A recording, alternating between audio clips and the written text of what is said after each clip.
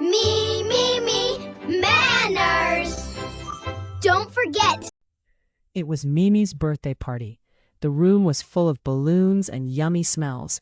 Mimi giggled. She was so excited. Her friends were there, and a big, colorful cake sat on the table. Mimi saw a shiny red toy car.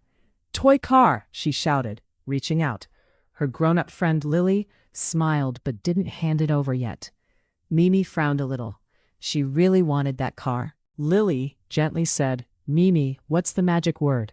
Mimi thought hard. She knew there was a special word. Her friend Leo asked for a cookie, saying, "Cookie please," and got one right away. Mimi watched Leo. She looked back at the red car.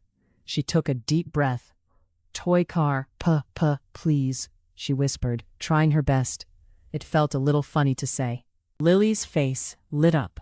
"That's it, Mimi," she cheered, handing over the toy car. Mimi hugged the car tight and gave a big smile. Saying please made her feel super happy, and she got her wish.